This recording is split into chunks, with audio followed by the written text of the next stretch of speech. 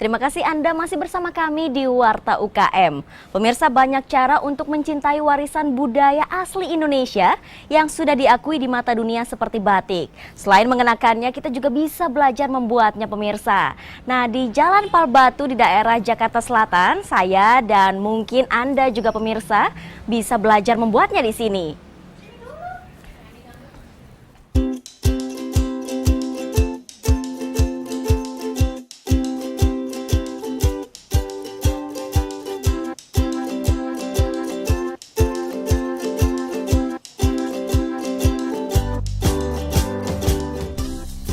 Pemirsa, biasanya sentra kerajinan batik berada di Cirebon, daerah istimewa Yogyakarta, Solo, Pekalongan, ataupun kota lain di Pulau Jawa. Namun ternyata masih ada sentra batik tersembunyi di pusat ibu kota negara Jakarta. Ya, adalah kawasan wisata edukasi Kampung Palbatu Tebet, Jakarta Selatan. Sebuah kawasan yang dikembangkan untuk melestarikan dan mengembangkan batik sebagai salah satu warisan budaya Indonesia. Kampung Batik Palbatu memiliki cara tersendiri untuk melestarikan warisan kemanusiaan tak benda yang satu ini, yaitu dengan membuka kelas belajar membatik yang terbuka untuk umum. Salah satu pendirinya, Budi Darmawan atau yang akrab disapa Iwan, mengaku belajar membatik menjadi salah satu cara menghargai dan mencintai batik. Edukasi batik sendiri dipusatkan di batik tulis dan batik cap. Hari ini animonya memang banyak, khususnya warga Jakarta ingin yang belajar batik dan ingin belajar menjadi pembatik ke sini. Nah, kan ada dua tujuan produk dari kita ya, adalah mengedukasi pelestarian batik dengan mengenalkan cara membatik, atau juga memberdayakan masyarakat dengan cara mengajarkan ibu-ibu menjadi pembatik. Berdiri sejak tahun 2011, lebih dari 3.000 orang dari seluruh daerah di Indonesia serta wisatawan asing belajar membuat batik di kawasan wisata edukasi batik ini. Tak hanya itu, usaha mengedukasi dan memberdayakan masyarakat sekitar juga membuahkan hasil. Kampung Batik membuka gerai untuk memasarkan hasil karya perajin batik dan seringkali mengikuti pameran batik dengan membawa hasil karya dari perajin batik, yaitu masyarakat sekitar. Selain itu juga kita melakukan penjualan lewat online. Nah, tujuannya apa sih? Supaya pemberdayaan masyarakat Kampung Batik Palbatu ini berjalan. Artinya ibu-ibu secara nilai ekonomis mendapatkan secara ekonomisnya dengan menjual kain batik, atau juga pada saat kita mengajar di luar, ibu-ibu itu kita ajak untuk sebagai pendamping mendapatkan honor. Dan pemirsa, seperti yang tadi saya katakan, saya akan mengajak Anda untuk belajar membatik. Perajin batik yang akan mengajarkan saya adalah Ani. Sebelumnya, Ani merupakan warga sekitar Palbatu yang diberikan edukasi dan diberdayakan untuk belajar membatik, hingga ia dapat membuat dan menjadi pengajar di sini. Pemirsa, saya mau membuat batik nih dan ditemani dengan Ibu Ani. Halo Bu, nah ini saya proses awalnya adalah tadi sudah dijelaskan Bu Ani kalau kain kosong ini, kain masih yang putih ya Bu ya, dan ada gambar. Nah, saya memilihnya gambar mawar, bunga mawar ya.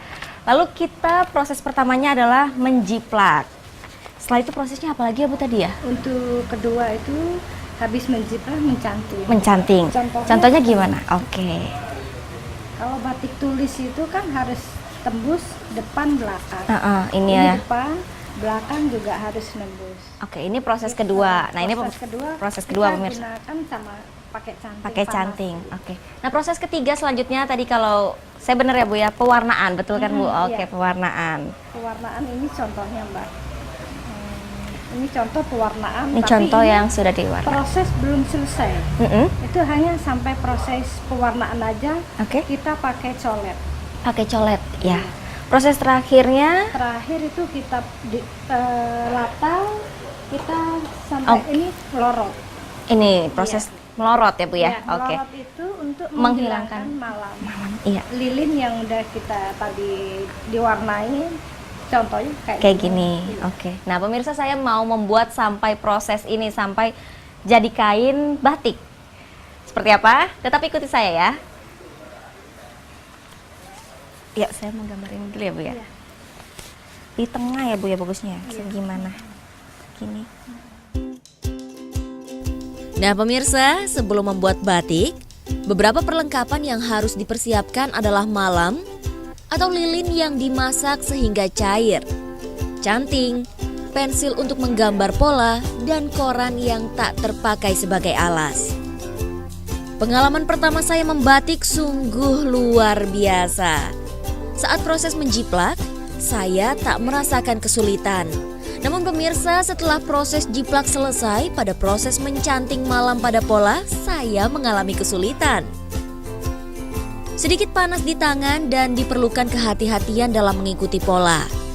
Ketebalannya harus sama dan jangan sampai malam atau lilin itu menutupi pola kain karena akan mengurangi kualitas batik saat pewarnaan. Walau begitu, saya tetap semangat membatik. Sama seperti wisatawan asal Jerman yang sengaja datang untuk belajar membatik. Beautiful and it's tradition from Indonesia, so I think it's interesting to learn how it works. And when you learn to work, you make it. What do you feel? It was fun and it's really hard work, I think. And yeah, it's beautiful and it's fun. Because I'm here for working and I saw it many times and I read it in a book and everybody told me that batik it's a traditional thing. Nah, bagaimana pemirsa? Anda tentu tertarik, bukan? Tak perlu jauh-jauh ke Cirebon atau Solo untuk belajar dan membeli batik dari tangan perajin. Anda dapat datang ke Kampung Batik Palbatu dan merogoh kocek 100 hingga 200 ribu rupiah untuk sekali belajar. Sementara untuk harga hasil karya batik dipasarkan mulai 10.000 hingga jutaan, tergantung motif dan jenis kain yang digunakan. Proses membatik saya sudah dalam tahap pewarnaan dan akan dilanjutkan dalam tahap melepaskan malam. Bagi saya, belajar membatik merupakan pengalaman berharga untuk lebih menghargai proses pembuatan kain khas Indonesia.